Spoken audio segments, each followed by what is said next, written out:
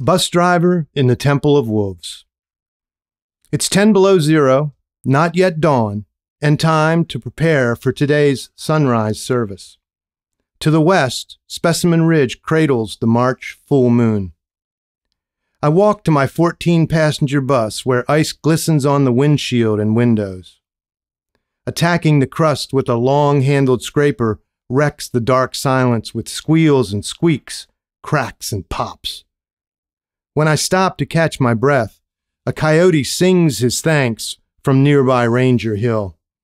He would probably like me to kill the engine and cut the fumes, but I can't. I must warm the bus for my soon-to-arrive passengers. A while later, fed and caffeinated, the seminar participants bounce to the bus and climb aboard. They are here for the first Wolf Week of the winter, a 5-day field seminar watching, hearing, studying, and some would say worshiping wolves in one of nature's best wintry temples. I settle into the driver's seat and point the bus down the snow-covered driveway. When I reach the junction with the main road, I will drive where today's instructor, Brad, directs. It's his job to bring the worshipers close to what one park ranger calls Yellowstone's spiritual dogs. Brad tells me to turn west and head for Dorothy's Pullout. The few roadside pullouts that are plowed during winter have names given by wolf watchers, names from the mundane to the picturesque, from straightaway to hitching post, from trash can to hell roaring. At Dorothy's, I pull the bus out and cut the engine.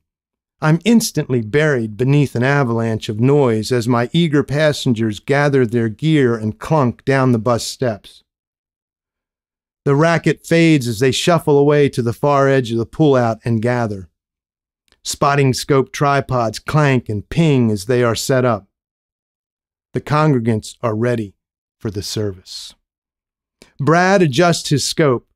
A few moments later, he says in a hushed tone, "Over there, on that skyline ridge, by that big fir at the edge of the sunny snowfield, that's the Lamar Canyon pack."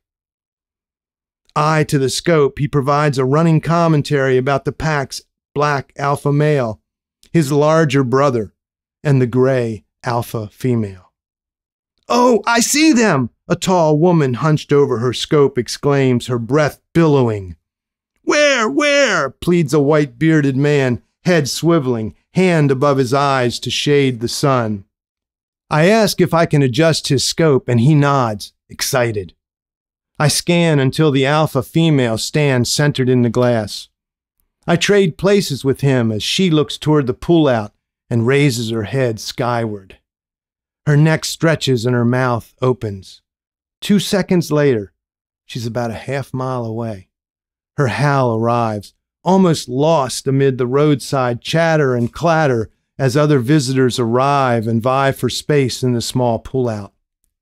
"Howling! Listen, they're howling!" a woman yells, hand cupped around her ear. "Quiet! Everybody quiet!" Brad, the high priest, commands, hands in the air. His blue eyes are as intense as those of a hunting hawk. One by one, the congregants grow still. Not a word, a swish, a cough.